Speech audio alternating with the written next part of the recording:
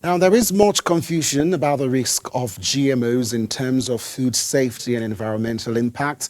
The health and economic risks that GMOs pose in society is gradually on the all-time high. To this effect, the Center for Food Security and Agricultural Research is in symposium with stakeholders to discuss the harm of GMOs and proffer solutions for the safety of food and agriculture.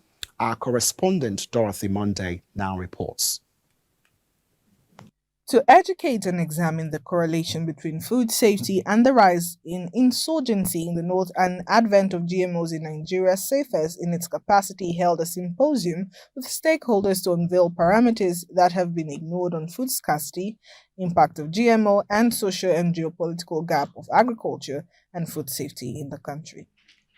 We have studied why our agricultural market system failed in Nigeria.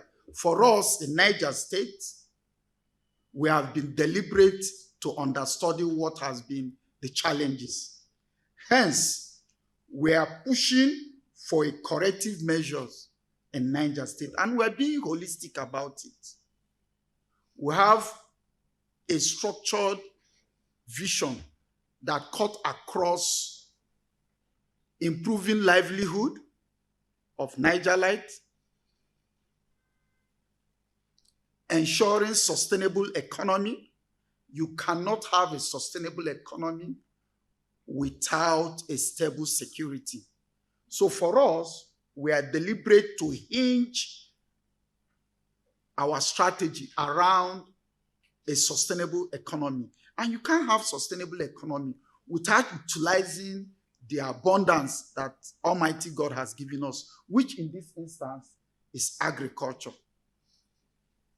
Speaking on how GMO hurts the agro space, stakeholders spoke on self-production and the fundamental right to food according to the ESOCOS and food security and laws protecting farmers.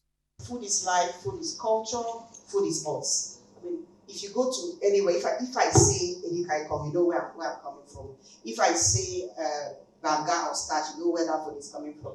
If you say, if you go to East Africa and you say Matoke, you know you are coming from East Africa. So food defines us. So at any point in your life or any time, don't allow anybody to control what you eat.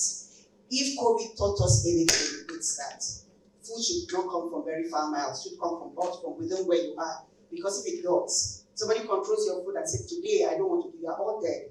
I mean, contrary to what was predicted, they said Africans were going to die like that. Of course we had casualties, but we didn't die like that because our food was medicine. We had food and people were eating, and we had the least casualties. It will interest us to know that at CEFSA, we are committed to endangering a discourse, a national and perhaps a global discourse on those factors that research is unveiling to us to be the culprits or palpable culprits of what is being orchestrated around the world, including Nigeria, as food scarcity.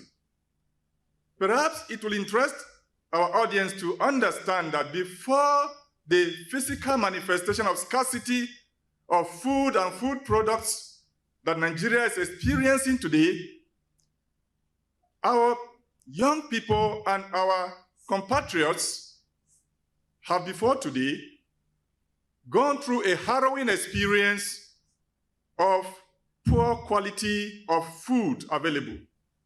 The Center for Food Safety and Agricultural Research is a non-governmental organization established to serve as a think tank group and collaborative front to promote sustainable agricultural practices, conduct research in collaboration with academic institutes, and promote investment in the agricultural sector globally. They aim at preserving native seed varieties, work towards preserving research on sustainable agricultural practices, and promote agroecological farming systems supporting local and indigenous farming communities. Dorothy Monday, LN 24/7, Abuja.